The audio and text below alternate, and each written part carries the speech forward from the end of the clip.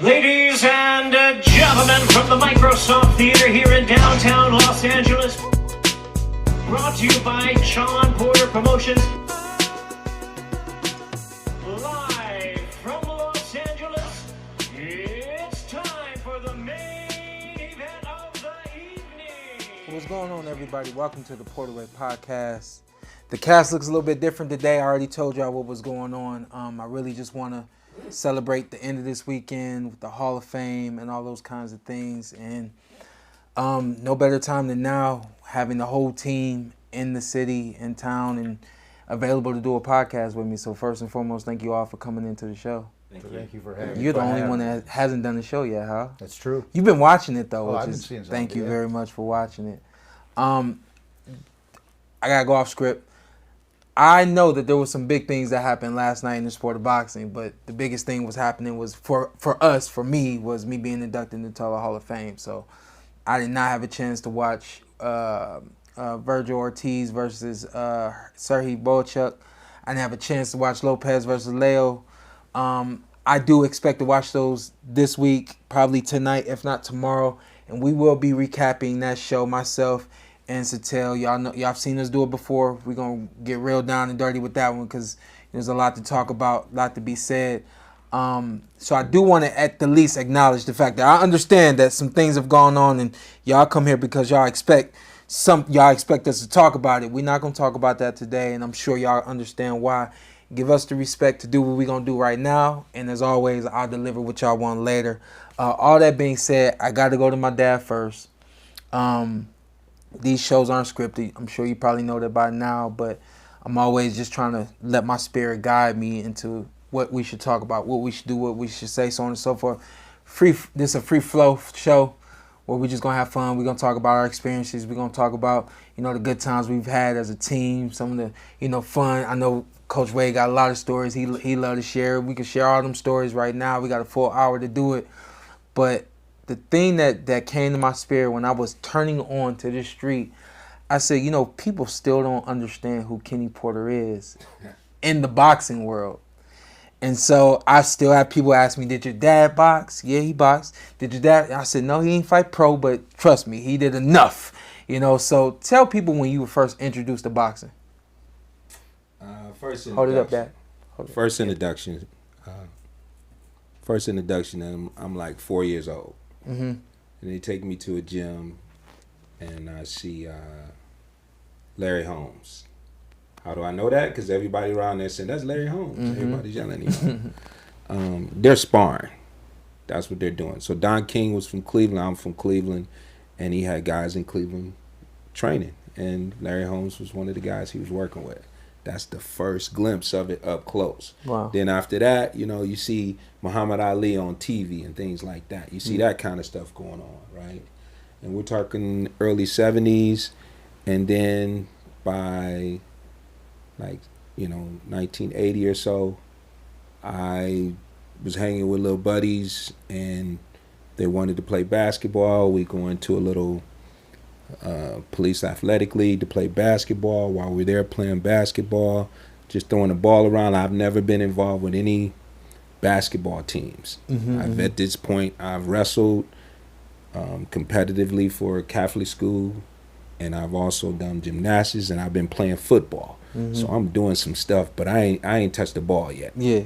Not a basketball. That's how I was when I first started playing ball. I was just rough on everybody. I didn't know how to control my body. I was just rough on everybody. Yeah, so. I'm just, and so we just throwing the ball up. And then some guy says, all right, everybody get in a line over here and throw the ball up, shoot the ball. So to me, it's just shoot the ball, go next person, shoot the ball, kind of like horse type thing. And then it wound up, some of the guys were having to get out of the line. They were taking guys out of the line. Then they did a layup drill. You made it, you go. I made a little layup. All right, you go. I don't know how I made the layup, but, it's happening. Right? And then it comes to a point you start to see people getting put out of the line. So I thought it was kind of like horse. I'm out of the line now, right? Yeah. Well, after a while, they said, okay, you guys got to leave the gym. And the other guys start laughing. Y'all got to get out. Y'all got to go. Y'all got to leave. and they making jokes and they making fun, and I'm just, like having fun, but now it ain't fun no more. Right? So my go-to for everything, my answer for everything is fight. Yeah. I'm upset.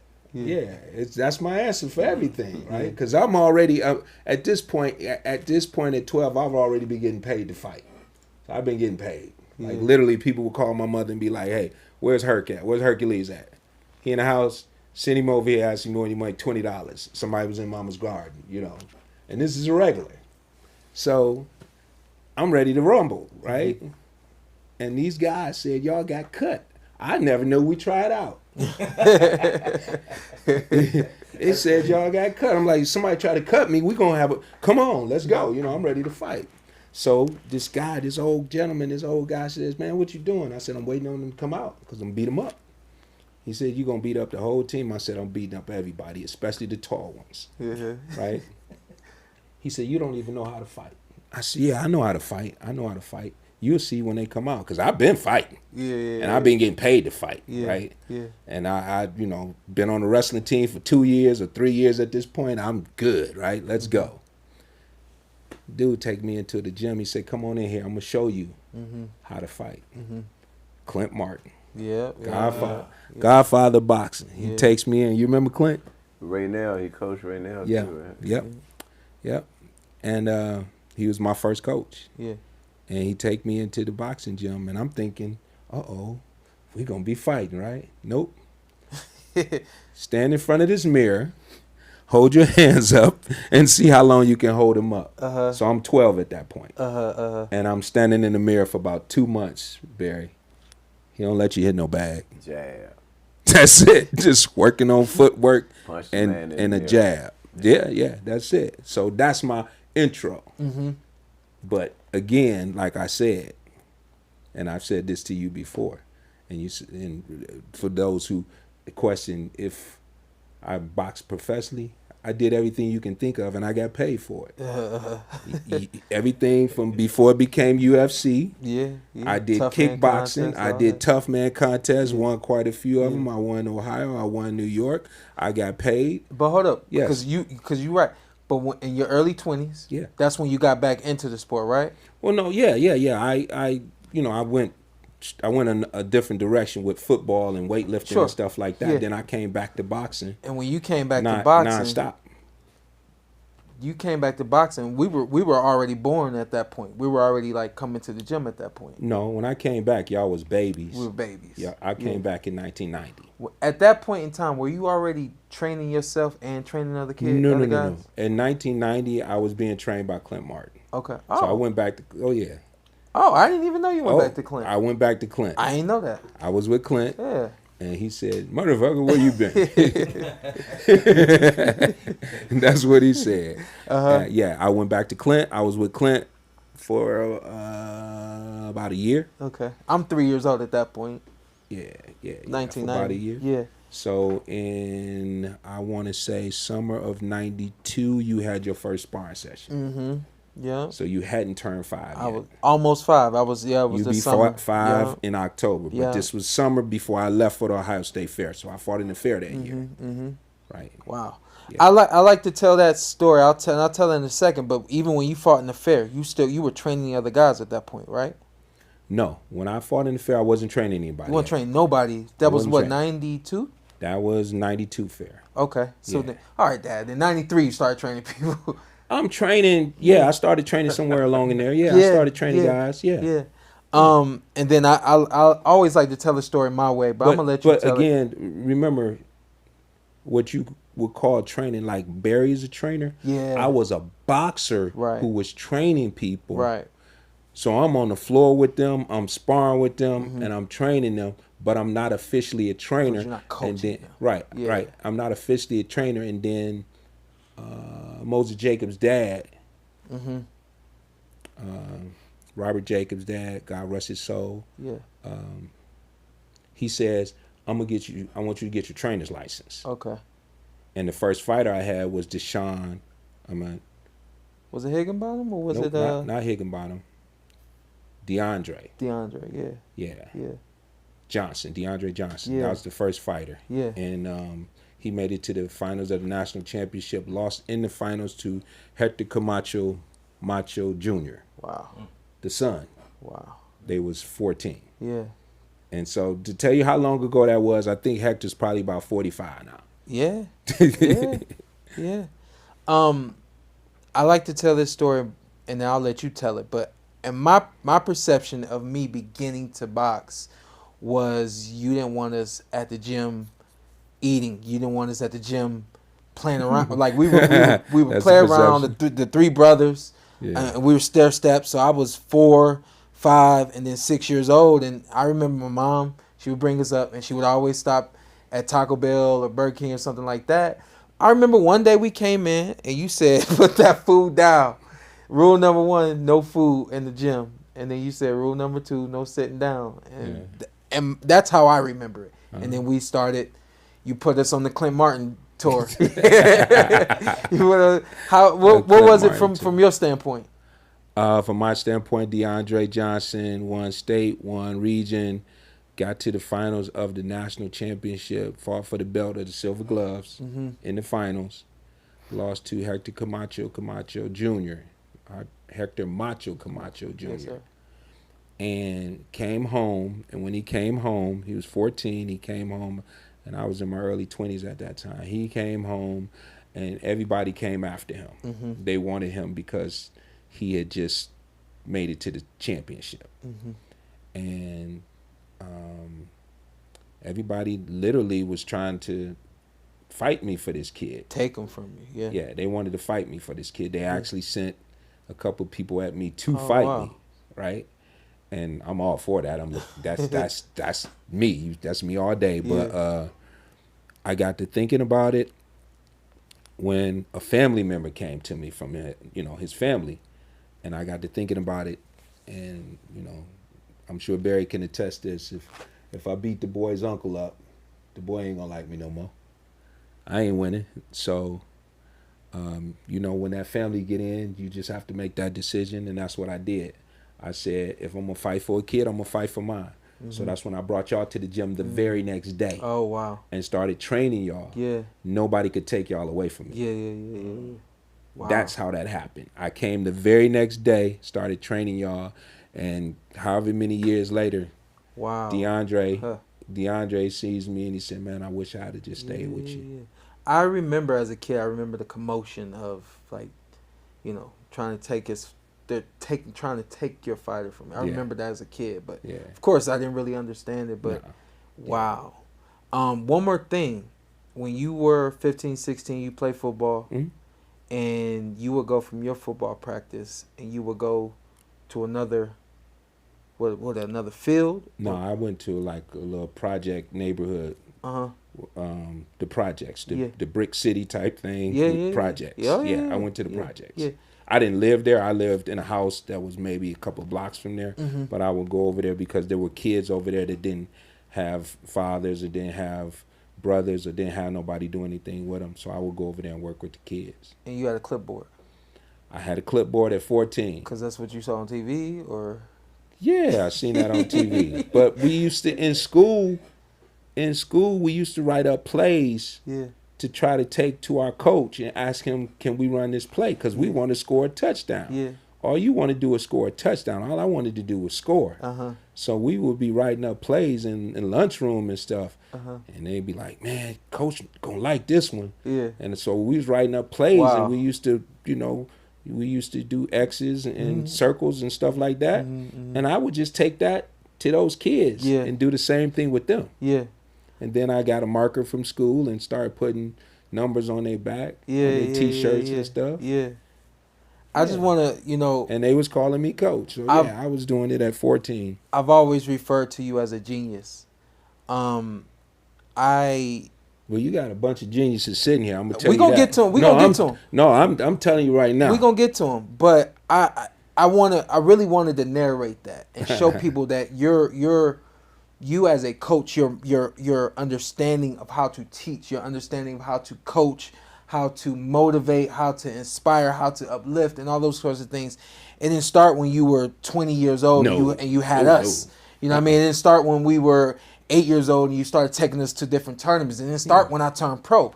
For a lot of father and sons, that's kind of how it goes for them. Yeah. The father finds out that he has something unique and says, to your point of, hey, can't nobody take my son away from me, I'll take over. And I want people to really understand, like, you did this well before Shawn Porter came into this world, and this is who you are before Shawn Porter came into this world. Absolutely. And once I came into this world, my brother came into this world, I think you really found your purpose. And you may not have even looked at it as your purpose back then, but I think certainly now we can say, hey, you were made to teach, you were made to coach, you were made to help young kids get further in life, young adults get further in life, and you've worked with women as well. You know? Yeah, but don't forget, I created a nonprofit organization in 1994 dedicated to keeping kids off drugs, alcohol, and other violent situations, which is called the Untouchables. Untouchables. Hey, exactly. Wait, he would want us to win a fight and then go, you. I was not trying to go. I wasn't trying to win no fight talking about some you. Yeah. Right, but I was always we would shut it down, and when we would finish working out, we shut it down, and we would sit and we would talk and discuss everyday problems that y'all was dealing with, and I know y'all didn't have them. Yeah. But we would deal with that stuff, and we would deal with the kids that was getting in trouble and the kids that was going to the detention home and stuff like that. So you remember when I took you guys to the detention home? Yes. I take them to the detention home, and they thought that these guys was bad too, so they put them right in there with the scared straight dudes. Yeah. Right? And me being the protective dad, I run in and get them out of there. Snatch them out. I said, nah, my sons can't be in here. I don't They want can't them be in getting here. none of this. They can't be in here with the criminals, but you know I had that one. We come in there, this dude in here playing cards with him. You know who I'm talking about, right? You're not talking about Marcus, are you? No, Who you talking about? I'm talking about Tiger. Oh, wow. McDowell. Yeah. That's I'm talking silly. about McDowell. He's in there playing cards with the man. Yeah. This is a prison. Yeah. I mean, this is grown up. This ain't detention home. This is 21 and over. When they took them back there, I said, no, they can't. Y'all got to bring them out. Officer, can you get them out of there? Bring both of them, him and him. They coming out of there. Come on, get them out of here. Yeah. Right? And I said, where's the other one at? He's down the hall over there. I said, let me go see what he's doing. I go down here. He playing cards, B. We got comfortable. We gonna bring Barry into the catching a conversation. murder case one day too. Yeah. Hey. We gonna bring Barry into the conversation, and then we're gonna take a quick little ad break in about 10 minutes. But 8, 9 years old, that's when we started competing at 8. You competed at 8. You should have your first sparring session at 4. Had my first sparring session before I turned 5 years old. Yeah. It was the summer of me being 4. Yeah. We got that on video camera. Yeah, we do. I'm in pajamas. Yeah. The fair, that was like the tournament to go to, along Ohio with the silver State gloves. Fair. Remember that, B? Do I? Remember that, Hal? Yep. Ohio State Fair that was it, man. That was it for us. So was it 8 years old or 9 years old that we came across Coach Barry in the headbangers? Let's see. I'm gonna say 9. I feel like it was 9. It was 9, and Keon was 10 already. Keon was 10. Keon Yeah. fought Mark Davis. Yeah. As a matter of fact, no, I'm sorry. Harold Parker fought Mark Davis.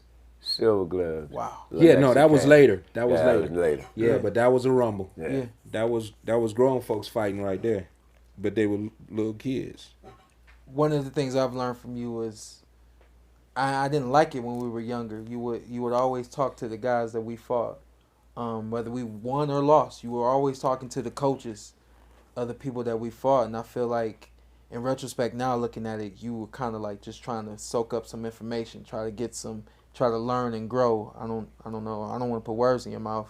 Oh, absolutely. Is that what it was? Yeah, because you took your first loss. You had won 20 amateur fights and hadn't lost to nobody. Yeah. And we rumbled with his guy, and I didn't know what the hell just happened to us.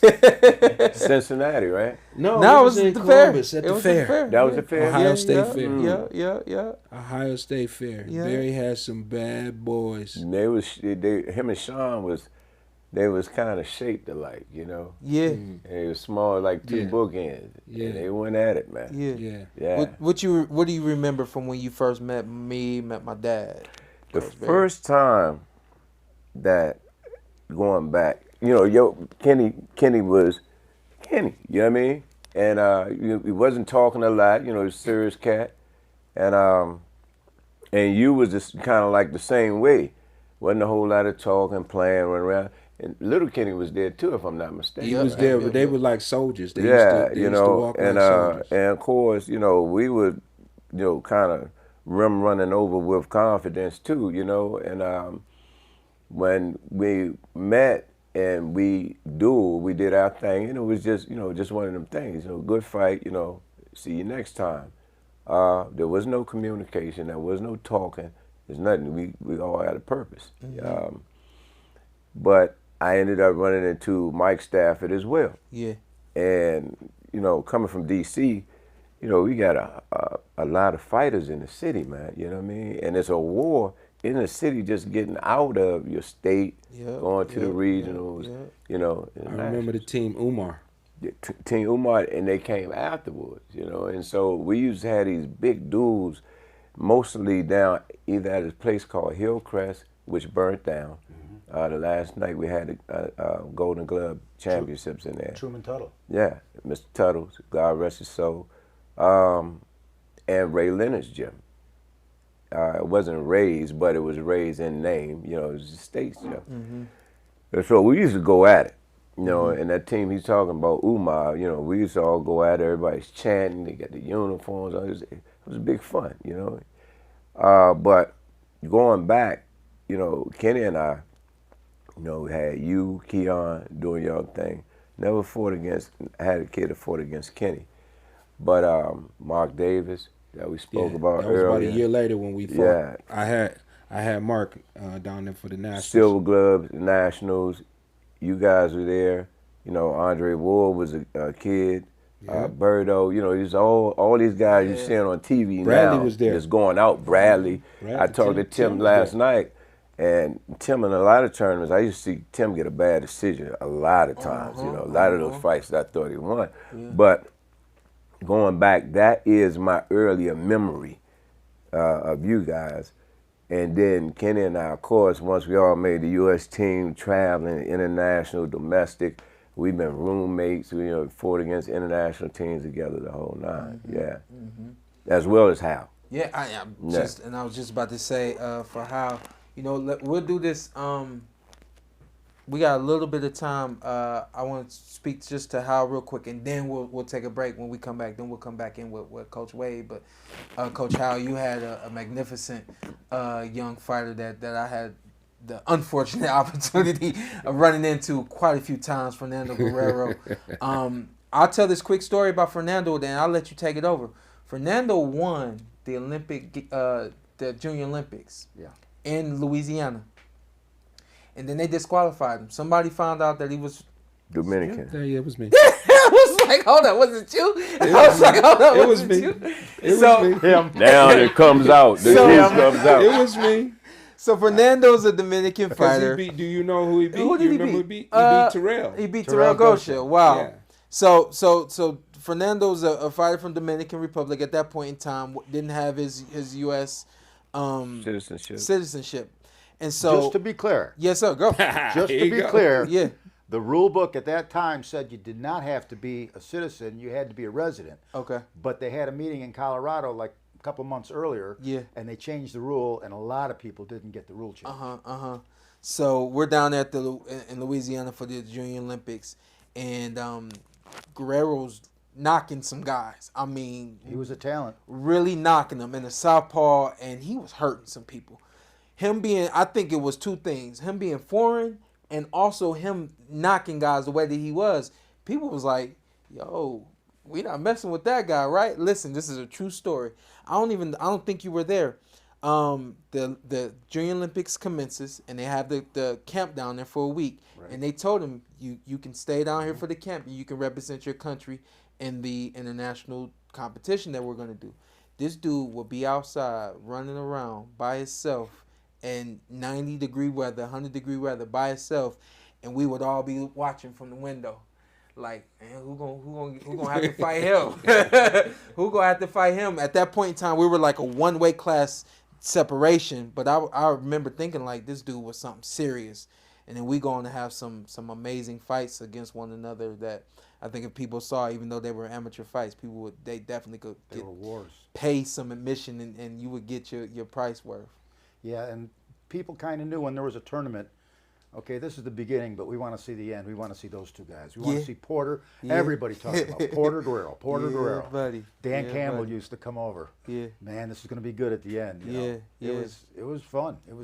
And I was a new coach, still fairly new. Yeah. And I thought, you're supposed to train like you're training for a world title. So we were probably training at a much higher level than a lot of people because we didn't know better. Yeah. 3 rounds. We were training like it was a world championship. Mm-hmm. And Fernando, it showed. You know, God bless the kid. He loved to work. He was the first fighter I ever had that I had to pull back training because I was afraid. It was like a racehorse that was going to blow his heart out. He would just keep going and going. I sent him over to Headbangers Gym, and they'd run sprints up and down the hill. And even Barry would say, "This kid pushes. He pushes. He loved to train hard." Yeah. Yeah. Yep. So real quick, your first impressions when you met me, you met my dad. Of course, we're standing across the ring from one another quite a few times. You know, kind of tell us. All right, we're being honest here. Yeah. I thought you were great. Be honest and be fast. I thought you were great. I hated him. Yeah. And after I found out that he was the one that got Fernando put out of the tournament because it was the whole rest of the week, I'd go by and I'd just stare at him, and he'd stare at me, and I'm like, ugh. I didn't know what to do. It was a new experience for me. So I called him, cry on his shoulder. Yeah. Dude, you know, Barry, dude, you got a ticket to the international. You got a ticket to quit complaining, man. You're going to the international. Yeah. Really? Yeah, man, you got it. Okay. So I came back to Maryland, and Fernando stayed in camp and got to be friends with all you guys and worked hard. And when I went back, it was like he was one of the team. Yeah. What was really cool about that, they wrote an article in the paper about the lone Dominican being the fan favorite because everybody got to know him. Yep. And when he fought, he was the only kid that everybody was cheering for. The Puerto Ricans, the England team, the American teams. Yeah. So it was pretty cool. Man, we were all young. We were Americans. We did not understand Fernando Guerrero. He looked black like us. I remember one of the first conversations. Man, why you talk like that? Because he had the accent, you know? Yeah. So I didn't understand a lot that came from him, but then definitely understood that he could fight and definitely pulled the best out of me multiple times. And you went on to help pull out the best of me, too. And like you, just a good person, friendly, with a smile. Yeah. You know, he loved everybody, but when he got in the ring, he turned it on. It was time to go. Just like you. It was time to go. With that being said, it's time for us to go to this break real quick. Enjoy this ad. We'll come back. We'll do our sponsor segment, and we'll keep it moving. And excited about this one. We got UFC 305 coming up in Perth. We got Adesanya getting in the ring with Duplessis. Tell me about it. We got the former champion versus the current champion. One guy's a little older, one guy's a little younger. This could be fun. I would say I get Izzy. Home field advantage because he's closer. Yeah. But, okay. To August 17th, Perth, Australia. I'm going with my man Izzy. Going with it, huh? Yeah. Well, Izzy trying to climb his way back to the top against Duplessis. We want you guys to be on top with DraftKings. Download the DraftKings Sportsbook app and our promo code TPWP. And you should know by now, you bet $5, you get what? $150 in bonus bets instantly. And you should know that the crown is yours. And we want to thank DraftKings for sponsoring this episode.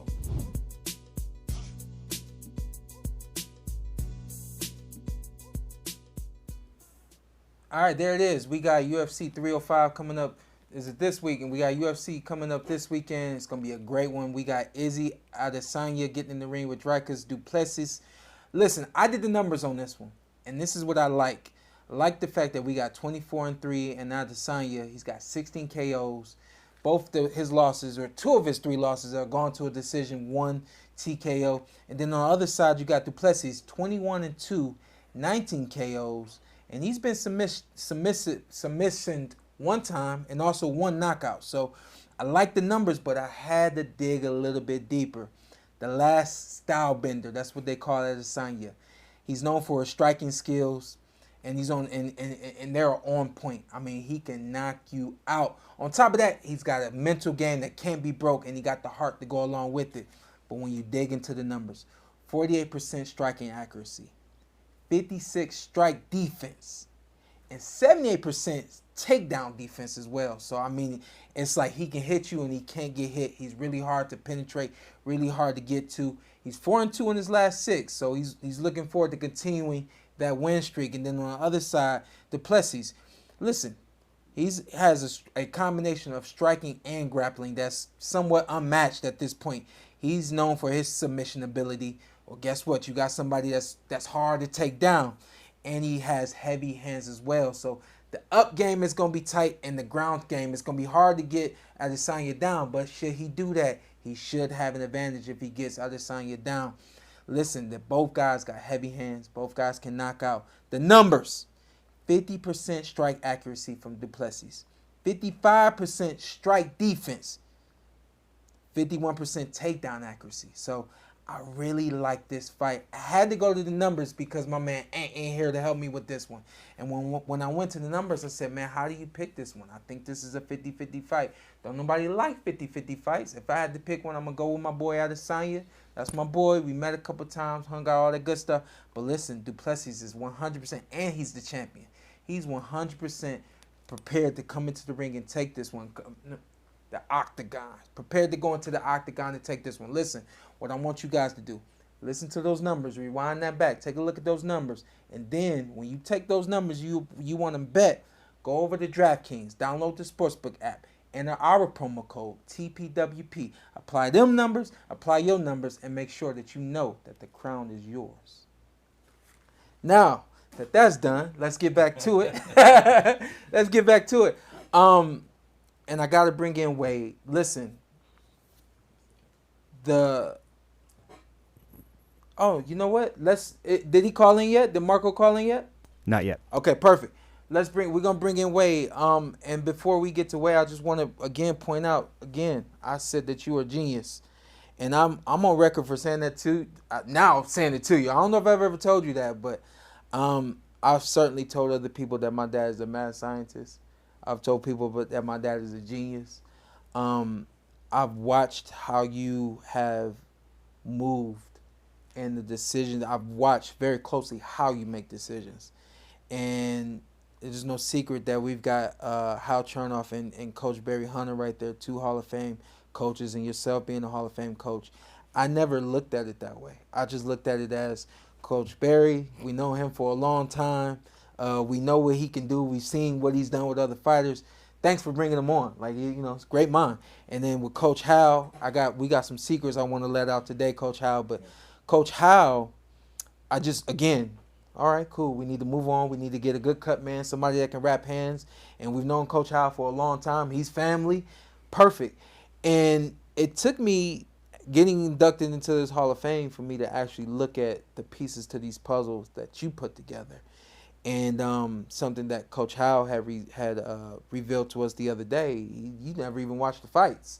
You were watching what my head looked like, what my eyes looked like, if there was any blood, anything like that. And you've never enjoyed a Shawn Porter boxing match because you had a job to do. No, when I go home, people say, man, you're sitting there with your hand on the ring. You got the best seat in the house. I says, I don't watch the fight. Yeah. I got a job to do. And I got stress on me. The truth is, I felt like I was capable of you losing or winning if I didn't do my job right. And that's how I looked at it. Yeah. And You made him win. Yeah, that's for You sure. made him win. That's for and sure. stop swelling, stop cuts, Yeah. cool you down. I remember when we fought you guys, and Kenny says, he's the only guy that brings a blanket to cover the guy in the corner because we were outdoors, remember? Yeah. You guys sat down. It was pretty chilly that night. Yeah. And you were getting covered up. See, Yeah. I always tried to think of everything we could possibly need. I couldn't think about enjoying watching the fight. Yeah. Was that my dad's idea to bring the blanket, or was that something that you had came up with? No, that was me. That was you? He brought the blanket and we started I'm like, Yeah. get some, get this, do that. Next thing I know, he pulling out clips. Yeah. For I think he was clipping. I he's clipped pulling two on blankets together. He was clipping says, on his car, and he he says, actually clipped the "That's why I blankets brought onto you in." you. Oh, wow. He said, that's why you're here. Yeah. And then, of course, Coach Barry Hunter, the first time I'd ever been in the ring with somebody that had a piece of paper with notes written on them. And I'll never forget, man, we brought you in for the Danny Garcia fight, and you got in the ring and pulled your paper out And I was like, what? Wait a minute. And you was like, and you went through the list and you said, this is what we got to do. Boom, boom, boom, boom, boom. And we'll win. And, yep, got you. And that's how it worked out, you know. So, again, you know, just you being a genius and knowing, being able, having the ability to look far enough ahead to see what needed to be done before we got there. And then the other piece to the puzzle right there is Coach Larry Wade. I'm going to talk real quick. Tell the story about how you got on, and just tell Marko to hold on 1 second. Go ahead. Just tell the story how you got on. Well, I was actually in the point of training a professional basketball player, and he wasn't showing up for training. So I came to Vegas to see my wife at UNLV, and I see you and your father at the track. At this time, I don't know who Shawn Porter is or who Kenny Porter is, but Shawn looks like a running back, some type of football player, and Dad just looks like a very intimidating guy that you don't want to mess with. But I see that he's coaching you, so I just assumed he's just his coach. And I go and introduce myself to Kenny Porter, and like Barry said earlier, very quiet guy, is not really talking much. And Kenny looked at me, and he was like, shook my hand, but he didn't have a lot to really say to me. But I stood there and was hoping I could encourage a little bit more conversation, and then comes to find out that he's training you. Mm-hmm. And I asked Kenny, I said, so what position does he play? He said, oh, he don't play football. So he's not a football player, not a running back? He said, no, he's a professional boxer. I'm like, oh, he's a boxer? Like, yeah, he's a boxer. He said, he used to play football, get about 1,000 yards a season. And I was like, oh, well, he definitely looks like one. And so, that's what you said. Yeah, and I gave him my card, thinking I would never see or talk to either one of you again, because I was living in LA at the time. Yeah. And so, just so happened I was in Vegas, and he called me about, I want to say like 2 weeks later, late at night, and like 11:30, and asked me if I was available to do a workout. And I was like, absolutely. Next day I met you guys at UNLV at the track. He told me to give you a hard one because you need to get in shape, and I gave you a real hard one. And when it was all said and done, I just knew it was over for me again. I was like, well, I know after this workout, I'm never getting a phone call ever again. Then he asked me, he said, hey, how would you like to be part of a camp? Yeah. And I was like, what's a camp? Yeah. And he went through, he was kind enough to not laugh in my face and say, well, explain to me what it was. A period of time, it could be 2 months, even more, to get ready for a fight, and we want to bring you on. And I was like, well, I never worked with a boxer before, so I don't want to take a chance on ruin his opportunity. He said, you won't ruin anything, because this is what I want you to do. You can be in charge of the conditioning. GPS signal lost. That me? That ain't me. No, not me. Go ahead. He said, you can be in charge of conditioning, but come to the gym every day. Yeah. You're going to do it for free, and I want you just to listen and learn. Yeah. And when he said it, I swear, it was like I got a Christmas gift to me, because I was like, damn, I'm going to go to a boxing gym. Yeah. I'm get to watch it. And when I got there, though, and this is a testament to some of the things you said earlier, when I got there, I'm expecting to see a fight like you see on TV. He got you wrapped up, and you're standing in front of this mirror just walking, throwing punches, and he makes me get out there and try to show me how to do it. And I swear, after about 3 to 5 minutes, I was hurting. So I was definitely like, how is he doing this, and why is he doing this? Yeah. This is when I found out how important, footwork and basic fundamentals, how important that was, because before every session, you had to work on that first. Mm-hmm. And I'm glad that I learned that, because I think so many people watch YouTube and Instagram and think that the myths that they see is what real fundamentals is, and it's not. Yeah. Real fundamentals is not always easy. A lot of times it's boring, but it's very necessary. So I'm grateful that I had a chance to learn in that direction. Yeah, I'm grateful to have you all here. I want to cut real quick to this video, and then I want to invite in Marko. I don't think you guys have ever seen this video before, but I think that this video really does show why I am a Hall of Famer. Let's show the video real quick. A modern-day Raging Bull, possibly the greatest pressure fighter in history, Shawn Porter. After competing at middleweight as an amateur, the 5'7" Porter turns professional at 147 pounds. Mauling through his opponents with his aggressive come-forward style, Shawn mastered springing forward while avoiding punches by bobbing and weaving. Shawn had the keen ability to stay low, but cranking the pressure on his opponents like a vice grip. Shawn was fast with his feet and fast with his hands. Porter had his opponents feeling like they were ghosts being chased by a powered-up Pac-Man. He wouldn't stop coming, would turn corners and change angles. Shawn's inside fighting was vicious. He would maul his opponents like a hungry bear. One of the most fan-friendly fighters in history, Shawn Porter was never in a boring fight. Porter fought in one of the most talent-rich eras in welterweight history. He was never in a lopsided fight either, while only losing to generational talented Hall of Famers that he came this close to beating. Showtime Shawn Porter was one of the greatest pressure fighters in history. What other fighters belong in that category with him? There he is. What's up? What's going on, sir? Good, man. Good. Yo, that dude in that video was handsome. Listen, man, what like motivated you to even like pull me and make that of me? Well, there's only a handful of fighters who effectively maul their opponents the way you did, and you got like Ricky Hatton, you got like Rocky Marciano, Jake LaMotta, very few fighters were able to do what you did with the skill in which you did it. I mean, you never stopped coming ever, and you imposed your will like almost like no other. We talk about how boxing is what 90% mental, maybe. That's what we say. And you are an example. You are a diamond-studded example of that. Yeah.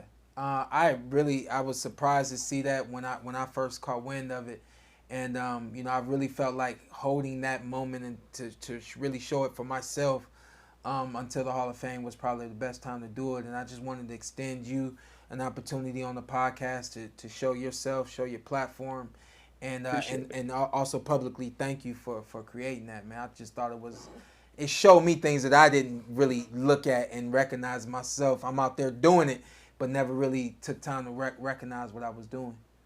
Yeah, no, I appreciate it. I really appreciate it. Kenny, did Dad like it? Because as long as Dad likes it, I'm good. Oh, well, I've had it for quite a while.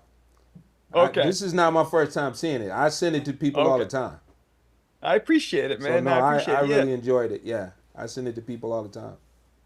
Yeah, I mean, the Shawn had this like it wasn't peekaboo style, but it almost was peekaboo style, but it was also like a Mexican style. He had such a unique style that was so effective, you know what I mean? And I wanted to highlight that. Yeah, nobody knows his style. Nobody knows what it was. I mean, you're trying to describe it, but you're not there. And no, I tried. But I never divulged that to anybody.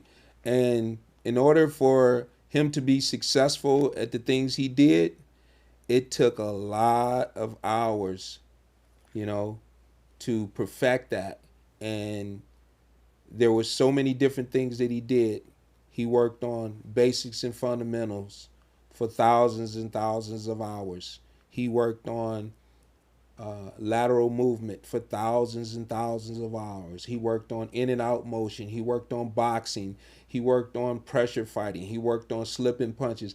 There were so many intricate things to what he was doing, and he could change those things in split seconds before anybody could figure out what he was doing to effectively defend it. He was able to do something else.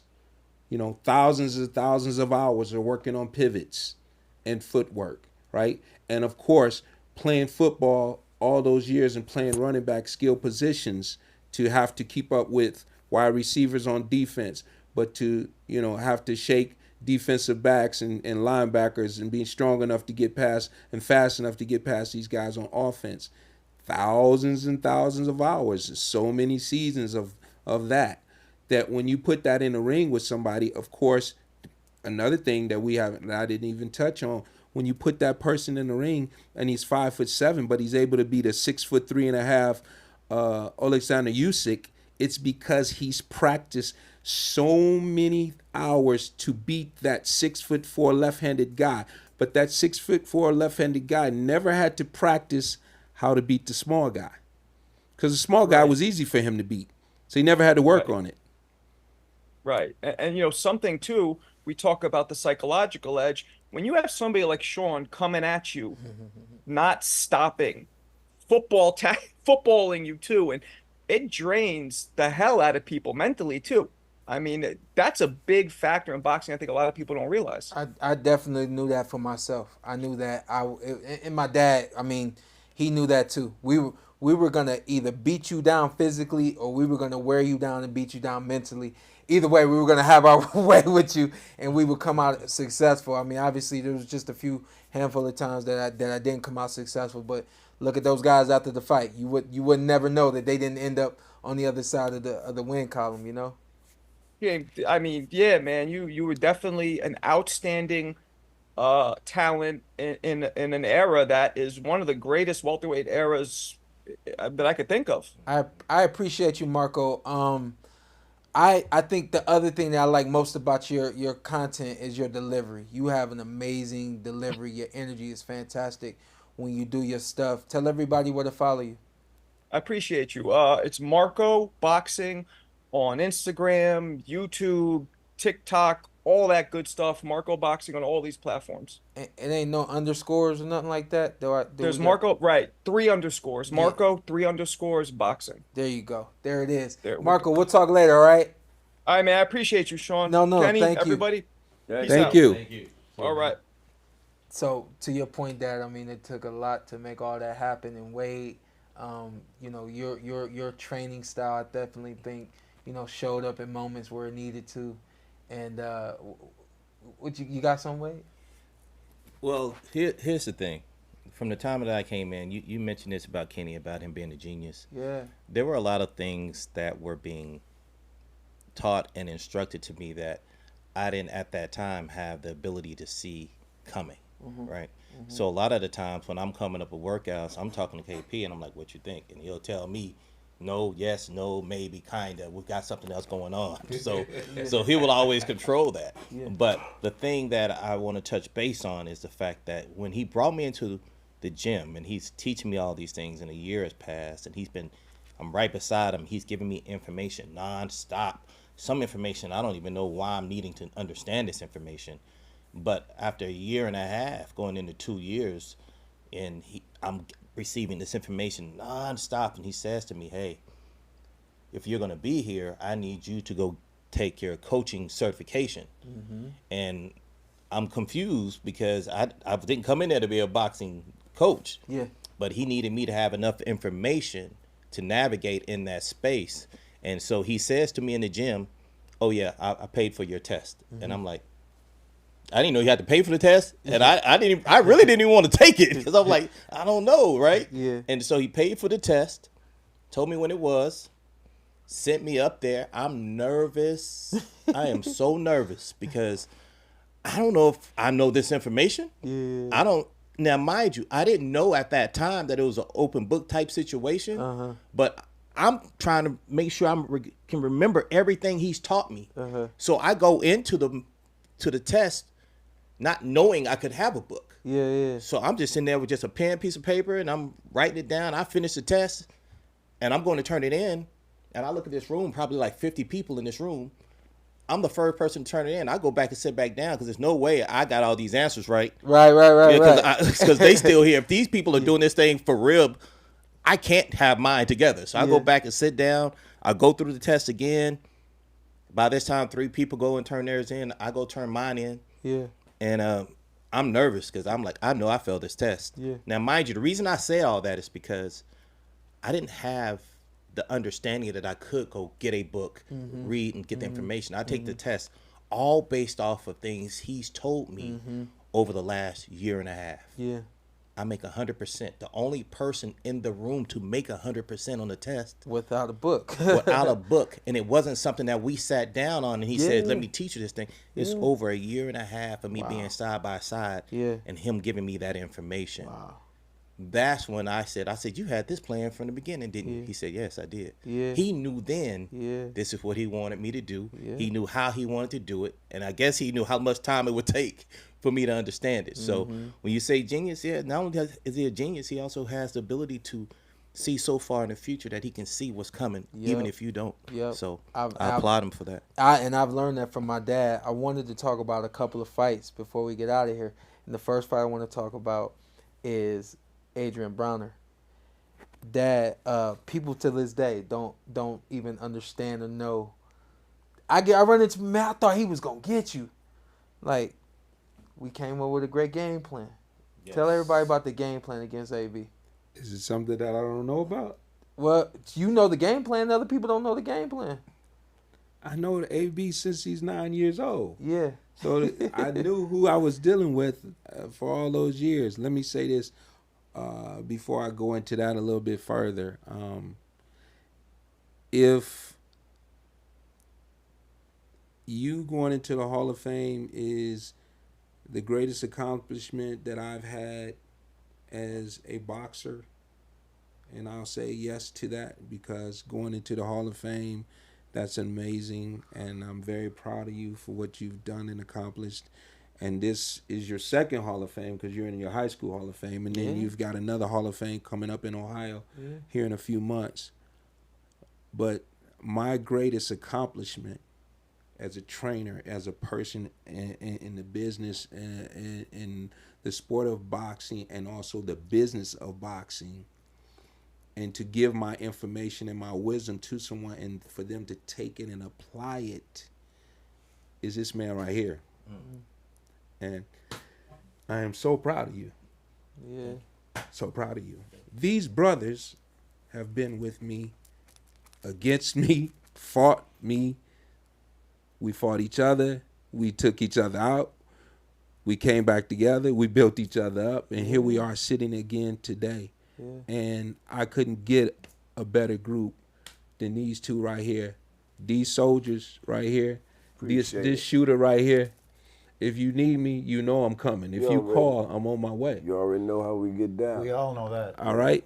And all you got to do is text, and then erase the text. Give me the address. I'm on my way. Right? And then erase the text. But to the AB thing, I mean, we already knew who we were dealing with. We knew who we were dealing with because I've known him since he's 8 or 9 years old. And to a little bit more information in regards to that, you know, we didn't put things out that we did. We always kept that stuff to ourselves. AB was your sparring partner. I used to bring AB in from 5 hours down the road and put him up in a hotel. He was sparred a couple of times. I forgot all about that. He was in your camps. I forgot he was all your about sparring that. partner. Yeah. He used to come down, right? And his coach, Mike Stafford, rest his soul, rest his heart, rest in peace. Mike, another one of our brothers, a fallen soldier in Mike. Yeah. I go back with Mike to AB was 8, 9 years old. Prior to that, I go back with Mike when Slick Rick was 15, 16 years old. Ron Seiler. Ricardo Williams, yeah. Ron Dante Seiler, all those Craig. guys. So I fought Dante Craig's brother in the amateurs. That was a lot of them, man. You know? Now, Rashid wasn't there. Our Trimmers was there. So, yeah, our Trimmers. So the game plan was just knowing who my opponent was. You know, if you speaking on something specific, you're gonna have to tell me. No, I want you exactly. Dad, I know the game plan. I want you to tell them. They don't understand. Some people don't understand, again, like the preparation that goes into a fight. And a lot of people thought that I was gonna come out in the first round going after him. Some well, that part of it was I knew because he knew you, and he had seen you beat so many guys in Cincinnati growing up that he was going to be afraid. And if you hit him hard in that first round, he was going to be running all night. So we had you on an invisible leash, and I told him that. And we had you on an invisible leash, and I told him that. And never to take anything away from him when I say this kind of stuff, but I would give him information, and he would do exactly what I said, 1,000%. That's not to take anything away from him. He would do everything I said. So he took that information. I said, listen, we got to have him. We got to hold him back this fight. We got to hold him back a good 4 or 5 rounds, because if we come out and hit this kid, we're going to be chasing him all night. And he had good feet to move. And that's a lot of track star stuff that night with him, right? You know, I know we can do it, but, you know, let's be smart about this. And so we had you on an invisible leash the first early rounds, 3, 4, 5 rounds.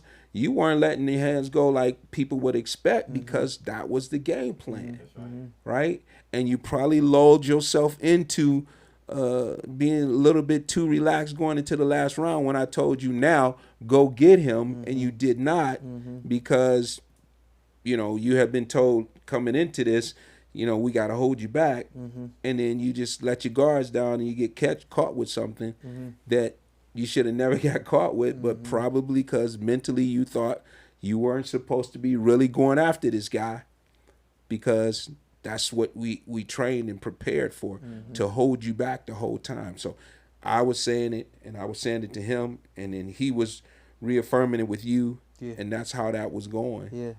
Now, initially, I was still relatively new, so I went and I'm watching video, and I called myself bringing some good information to Kenny he could use. I'm like, hey, listen, if Shawn just attacks him, he can't deal with that. He said, no, that's not it. I said, but Kenny, I was watching. He said, listen, we can't do that. Yeah. He said, because if we send Shawn after him, he's going to run all night long.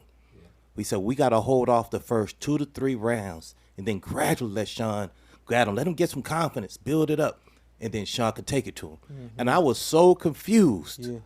But when I saw it that night, I was like, that's why he who he is. Came together. That's why KP is KP. Yeah. He understood it. He saw it, and he put the plan together, and it unfolded exactly. When I say exactly, we sat outside Barry's boxing gym, outside by his car. It played out exactly like he said it would for round per round, except for 12. But the rest of round per round. And then we were in New York when Lamont and Danny fought, and we kind of knew what we were watching.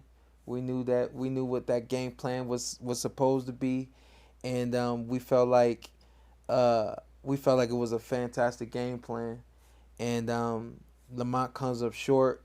A little while later, we get the call to fight Danny Garcia, and you bring Barry Hunter in. And can you tell everybody what that conversation? You really was want me to tell that story? Not, I just hey Barry. You don't really want me to tell that story? Well, I don't know what the story is. Shawn Porter goes out and plays basketball and breaks his hand before the fight. Yeah. I ain't break my hand. See, you can't. Your hand was I broken, got to fracture my finger. Okay, Shawn.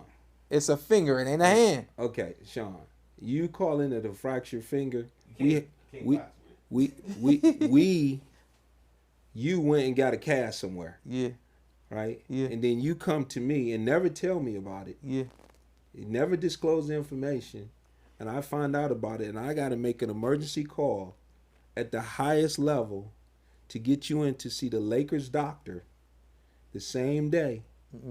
I put you in a car and drive you to LA and cuss you out all the damn way. Because we are within 6 weeks of a fight. World Championship fight, Barry. And I trained Shawn. We go to the Lakers doctor, and they have to take the cast off and redo your whole thing because they said, "Oh, this kind of stuff we don't do this anymore. This is ancient. Whoever did this, this is wrong. We don't do this." Right? So Hal, he trains for 6-7 weeks with the cast on, right?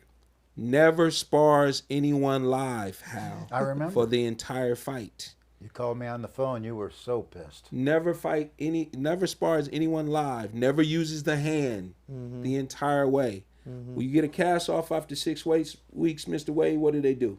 Well, it's usually atrophy. And you got to go through rehab, right? We got to skip rehab. It's fight time. Skip rehab. There's no rehab. Straight to it. We're gonna find out what happens with this hand on fight night. Yeah. So, but you bring in Barry Hunter and Barry. Let me lighten it up.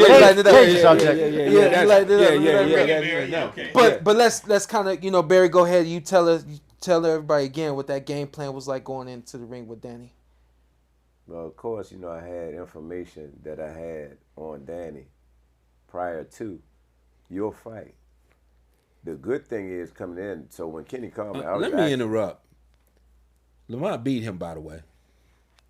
I was there. I'm gonna leave that alone. You know what I mean? So now, fast forward to, when Kenny called me.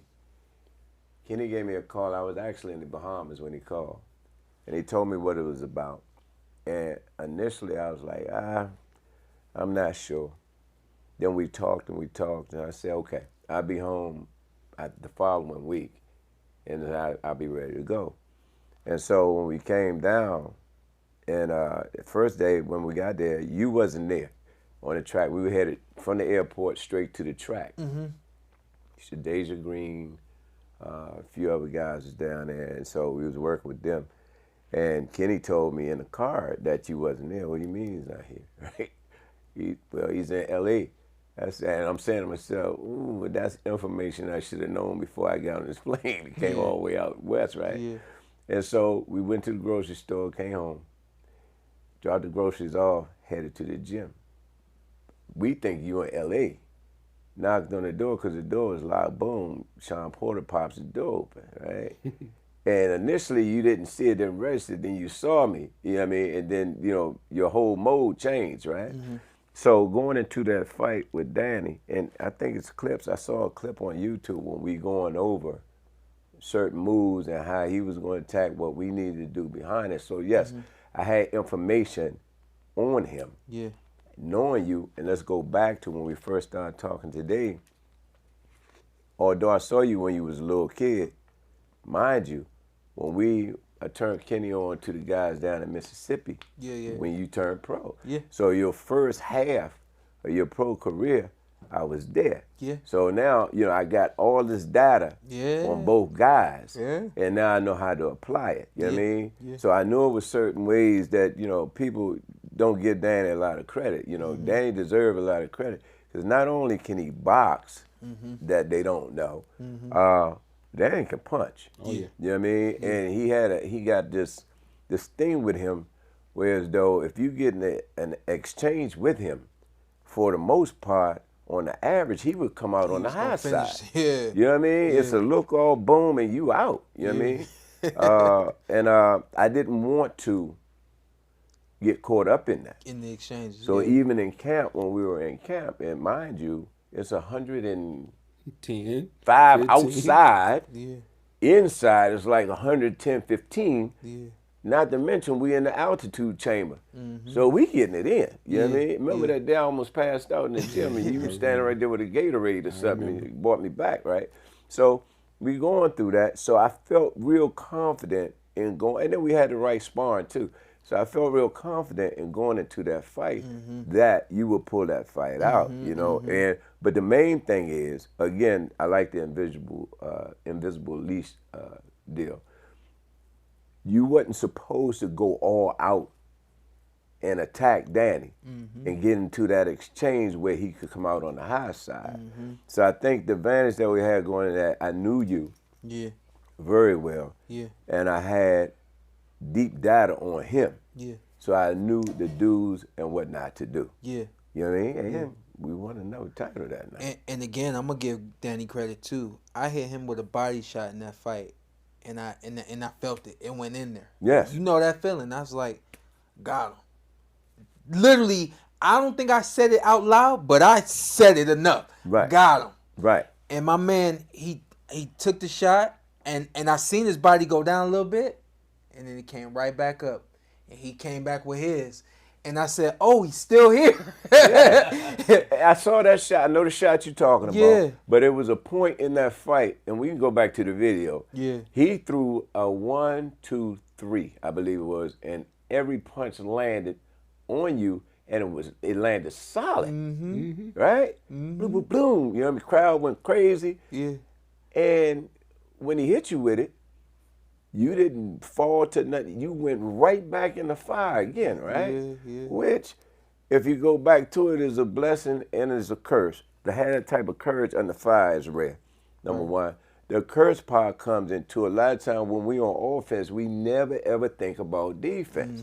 On the average, and that's how the average person get knocked out. Go back to the Spence fight. Yeah. Right? Yeah. Before you went out that round that he caught you in, Kenny had just said, hold the phone. Yeah.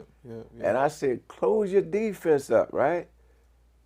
or in camp, don't leap into, right? Like a runaway train, right? Because once you start your full momentum like that, that mass, you cannot stop it. Yeah. Coupled with him swinging Yeah. at the same time. So that's like a baseball and a bat, right? We get caught in that fight. The average person get hit like that. That's it. Yeah.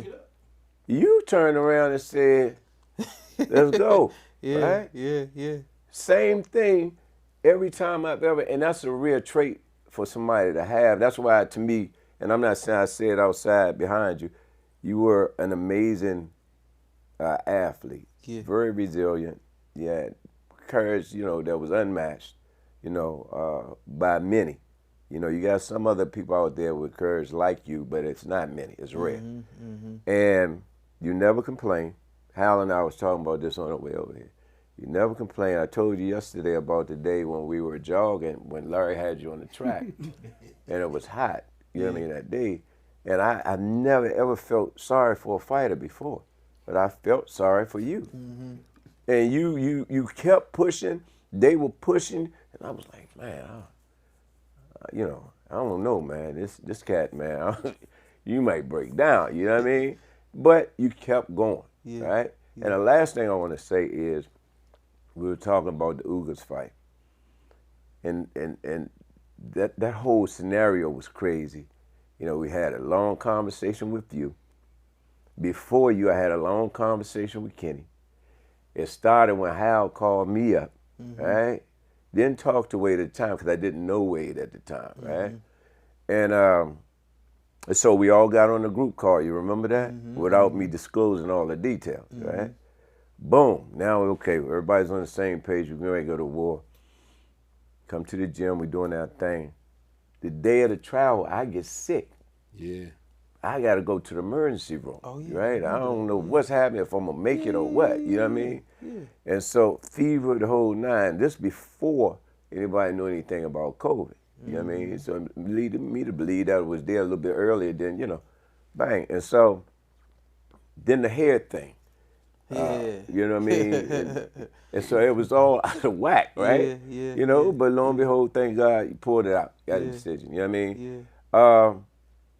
I just think that, it's just not too many Shawn Porters anymore. No, they ain't no Shawn I and I'm confident when I say that, and I know boxing over the centuries have, even during the Great Depression, sometimes boxing always find a way. You know what I mean? So I'm confident that it will get back to those days, but it's going to take becoming better teachers to create a better athlete.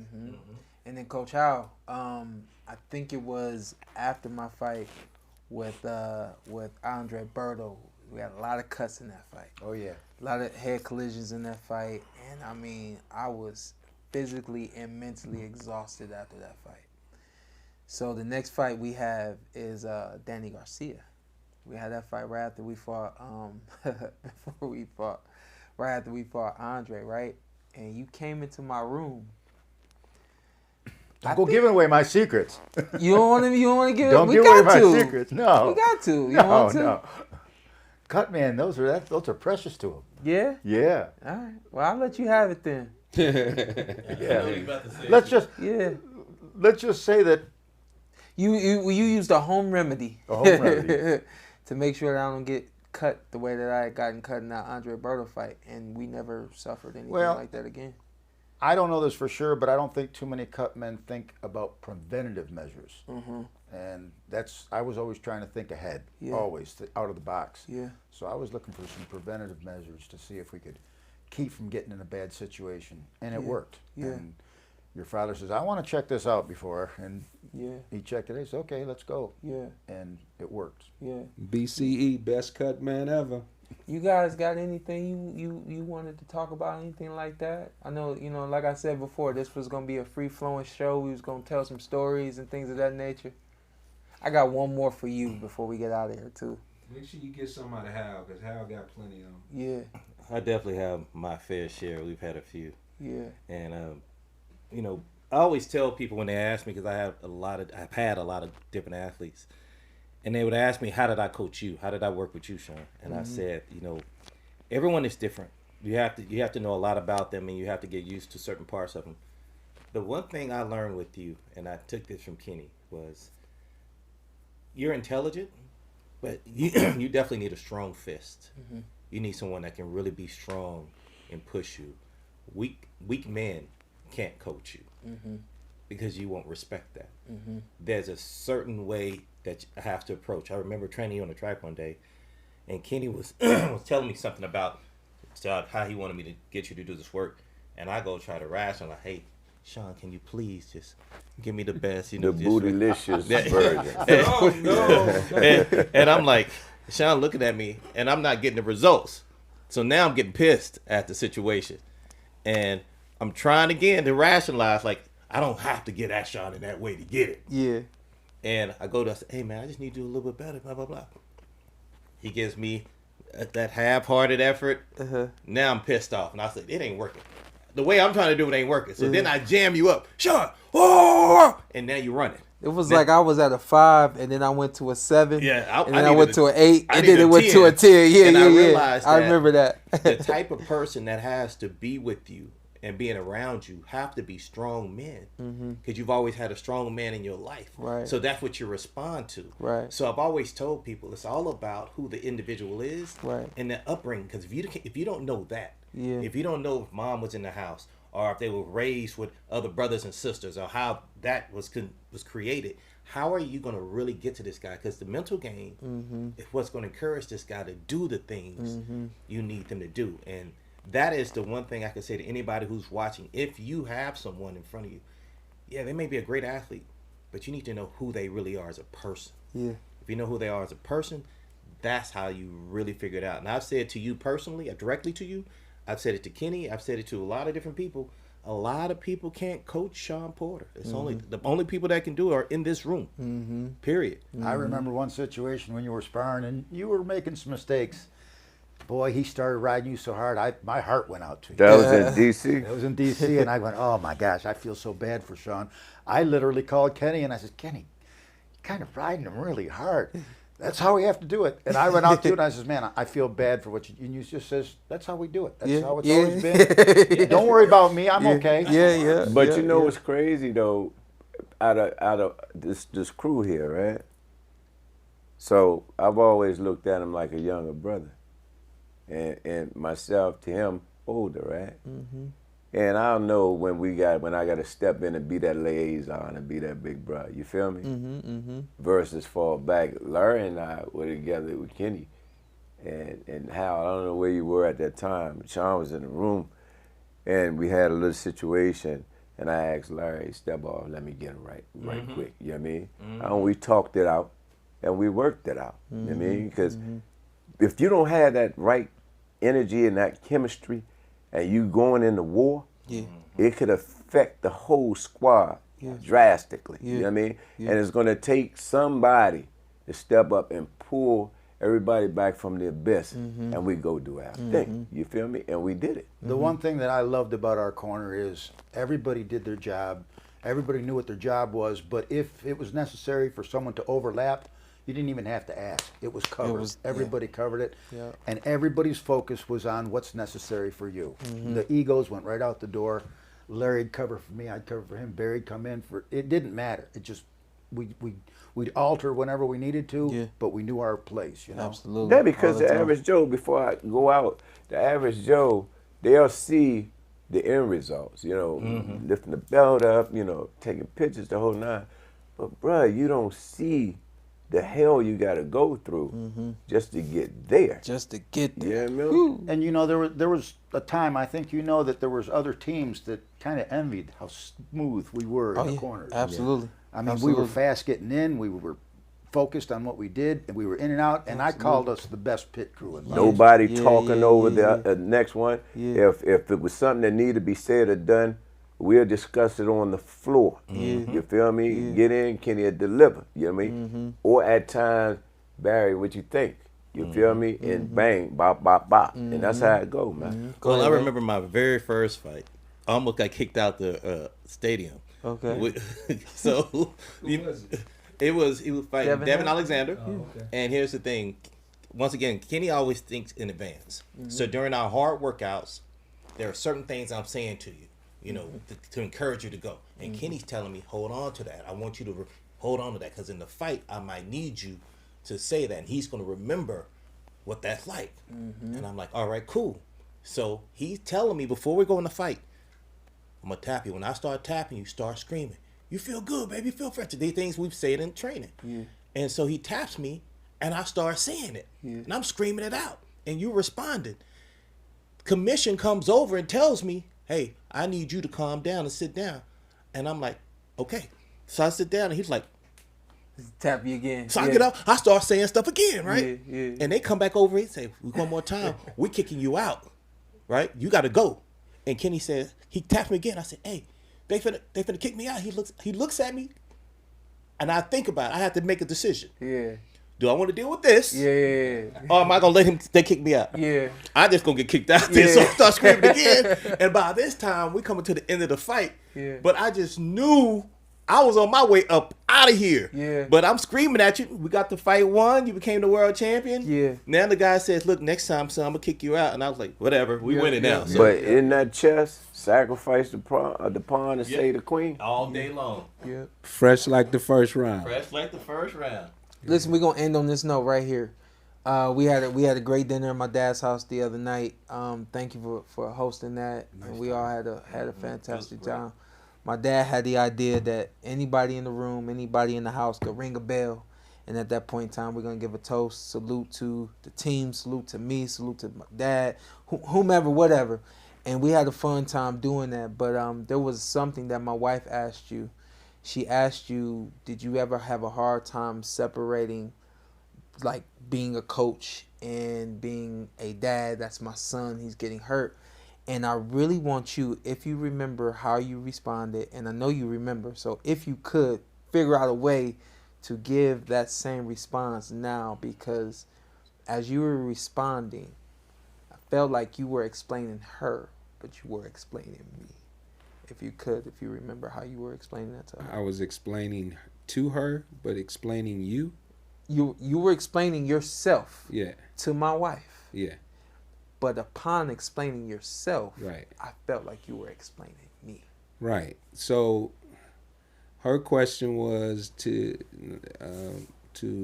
some degree was, how do you separate being his trainer, you're training him, and being his father if he's getting hit or hurt? And then she mentioned how your first child, your first son, Shaddai, had gotten hurt and got cut, and he was bleeding real bad, and it was hard for her to be able to deal with that, so she just took him and left or whatever from wherever they were at and what they had going on.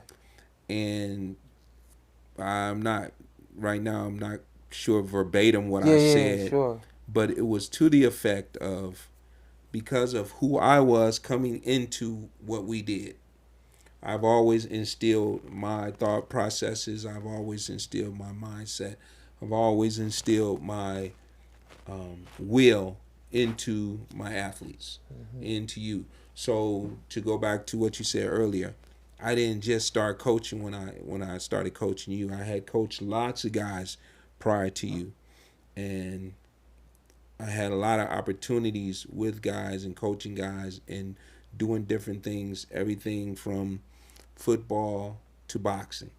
So you dig on all those things, but your own experiences and my own experiences and the things that I dealt with at such a young age, as I said earlier, I've been getting paid to fight all my life, right? The choice to become a professional boxer at the time or be a father, well, it was more important to be a father. Sure. So having what I thought, not just a good job, but a great job with a 401k plan, with like a boss that loved everything I did at work, and then after work, he wanted to go with me to the gym and watch me box, and he wanted to train with me, and he loved boxing. That was my sacrifice. That was, okay, you can't be a pro boxer. You gotta keep this job, and you got to raise these boys. So being a single father, raising the boys, that was more important. So the things that I dealt with growing up, and the pain that I went through, and the burn that I went through, or the any type of cuts or any type of injuries or anything that I dealt with, I never allowed anything to stop me from doing what I was doing. Mm-hmm. You come along and you were that same type of kid. I remember at 3 years old, you rode your little big wheel down the steps, bust your head, you're bleeding, we wipe it off, put a Band-Aid on, and you still riding. That's who you were. Mm-hmm. You know, I can remember throwing your brother up in the air all the time as I walked with him. And I threw him up one time. He decided to grab a branch. Yeah. He didn't come down when he was supposed to, so I missed him. He lands on the concrete. He busts his head. There's blood. I pick him up, and I said, big dudes don't cry. Yeah. So you guys were taught at such a young age to deal with anything that you had to deal with, any type of pain. So for me to get pushed into the fire literally as a little 4-year-old kid by another kid, because back then they used to actually burn the garbage. And we're standing around while the garbage is burning and people threw, things into this big pile of garbage to burn it. Another kid shoved me into it. And I fall in, I get burned. And I still got the burn marks all completely across my stomach, right? I come out of there, I go out, I say to my mother, I'm burned, I'm hurt, I need to go to the hospital. She said, you shouldn't have been out there. This is what I was built for, right? So the things that happened to me is what I instilled in you, and you were able to take those things, and you did those things. So you ran into a wall, you didn't stop, you hit it again, So when you did all the things that you did and you were successful, there's no surprises to me of what you did. So, I mentioned to her that the reporter comes to me before the Danny Garcia fight. He says, Danny says he's going to stop Shawn in 5 or 6 rounds on cuts because Shawn gets cut easy. And I said, you tell Danny I'm going to cut him before we go to the ring. Yeah. Because that's who I am, and that's who you were. And I had the best cut man in the world anyway, so I didn't worry about that kind of stuff. Yeah. But as I was trying to tell that story the other night, I hope I answered your question to some type of effect, that you were just built like that since you were just like 3 or 4 years old. You were built that way. The one thing I noticed is every time he'd ever been down, whether he was hurt or not, if he got up, he looked like he was more mad at himself than he was at anything. Banging his gloves together, pounding on the mat. Most guys get hit like that, they just want the fight to be over. And you were always like, damn it, let's roll.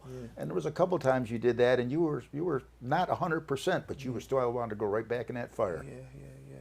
Well, as I was about to say the other night in the Berto fight, and he had a lot of cuts over both eyes, and you were doing an amazing job, Hal, in between each round, getting him ready to go back out for the next round, and he'd come back and he'd be cut even more. The same cut would increase over both eyes. As a matter of fact, if you guys recall, after the fight, both him and Berto are in the hospital, and they're in the same hospital. Yeah, we was right next to each other. Beds. They're sitting right next to each other in the hospital beds. Yeah.